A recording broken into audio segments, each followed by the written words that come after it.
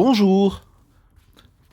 Aujourd'hui, nous allons toujours parler du cours de probabilité de master, le premier chapitre, les principes du dénombrement, le G numéro 4.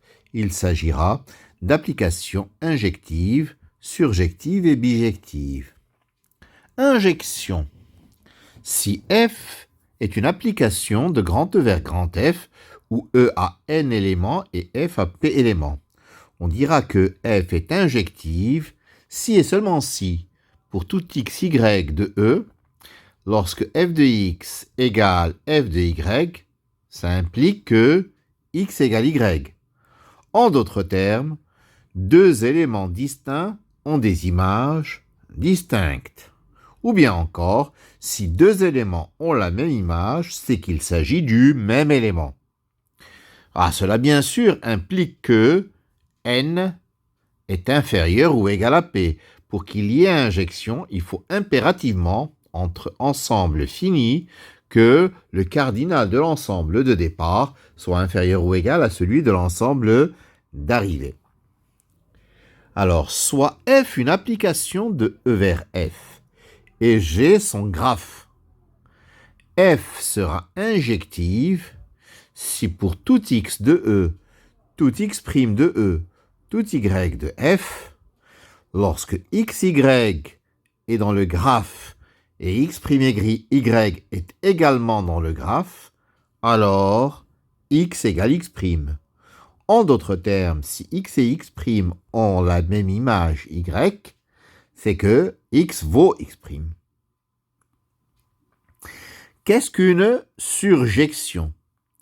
F est une application surjective ou bien une surjection si tout élément de grand F, pour tout élément y de grand F, il existe un élément x de E, tel que f de x égale y.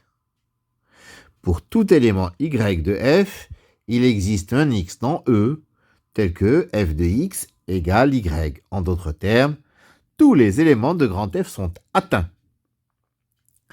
F est surjective si et seulement si, quel que soit y appartenant à F, il existe x appartenant à E, tel que le couple xy appartienne à G.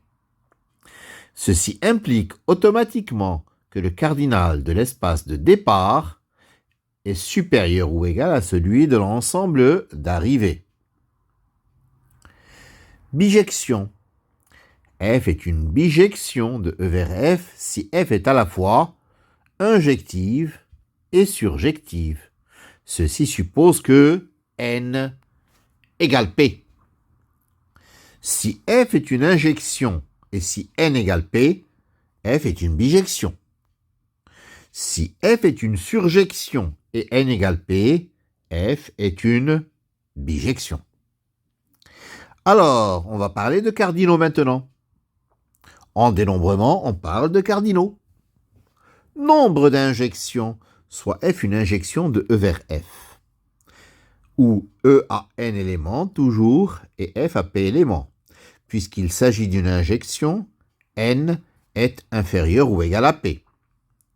Donc E, il a n éléments, on va les appeler x1, x2, etc., xn.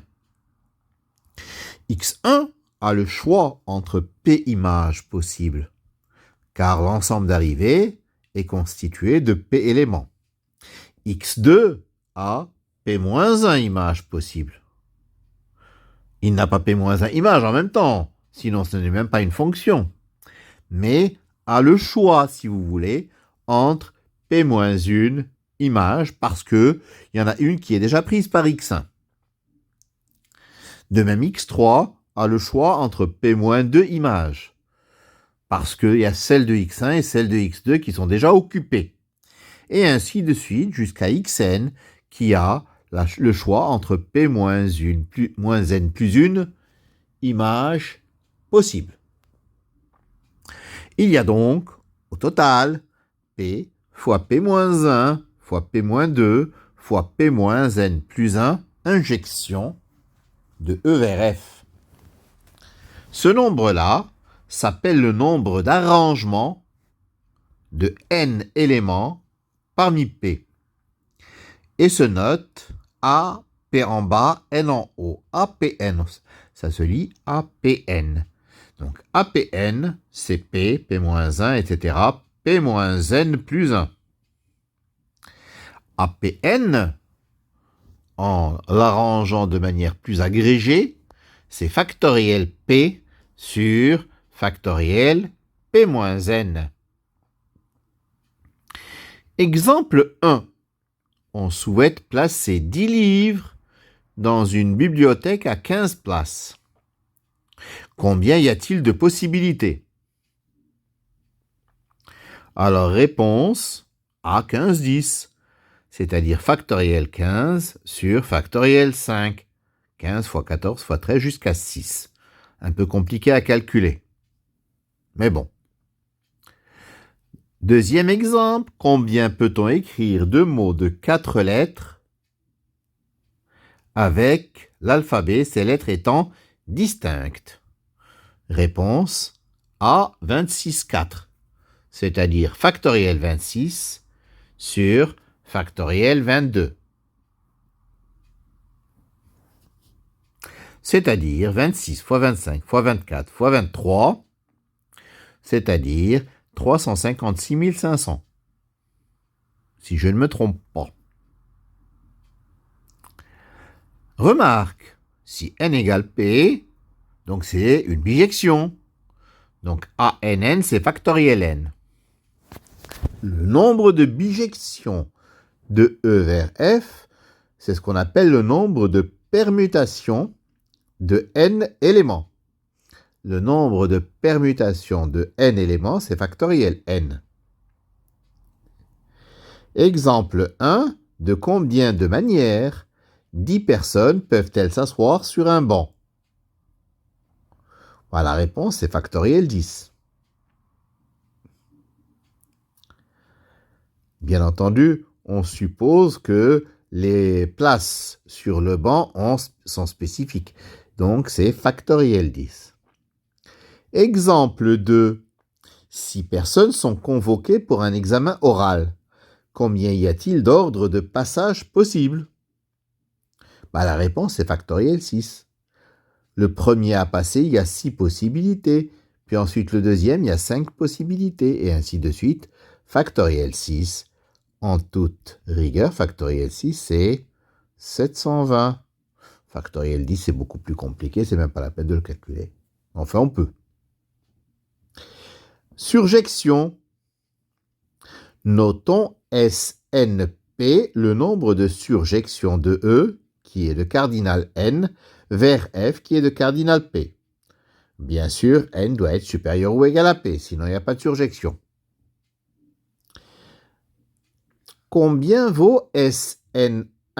SN1, c'est le nombre de surjections de E vers un ensemble qui contient un seul élément.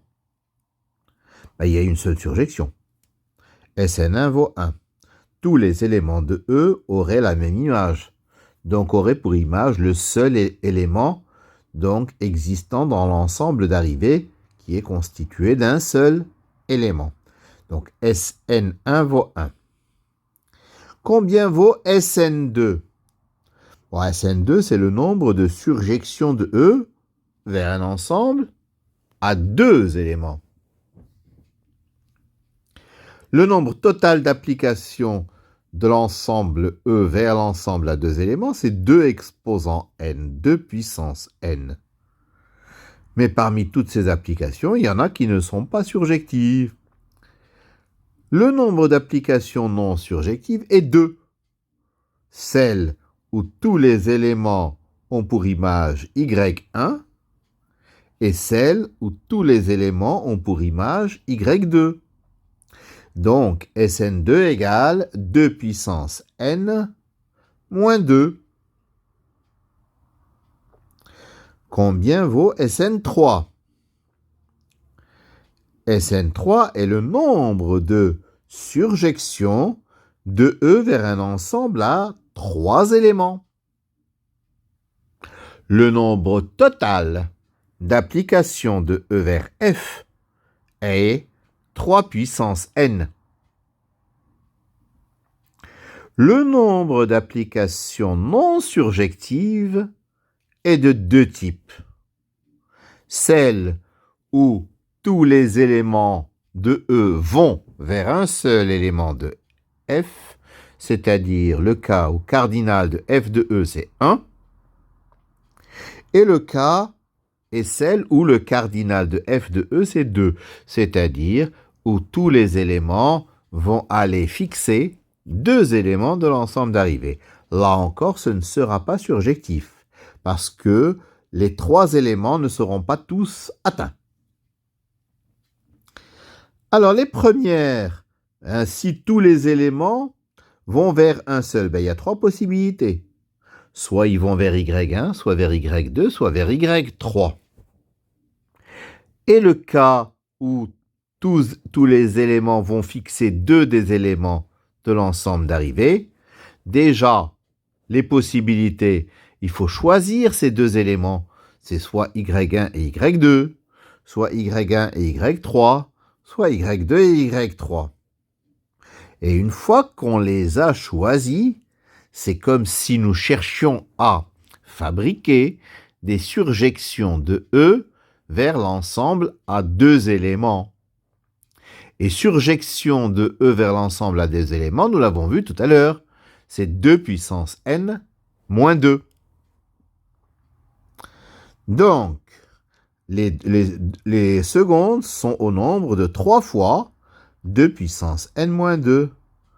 Ainsi, Sn3, c'est 3 puissance n moins 3 facteur de 2 puissance n moins 2. Et si je développe un petit peu, ça fait 3 puissance n moins 3 fois 2 puissance n plus 3. Dans une prochaine étape, nous allons généraliser à SNP. Et c'est terminé pour aujourd'hui. Je vous remercie de votre attention.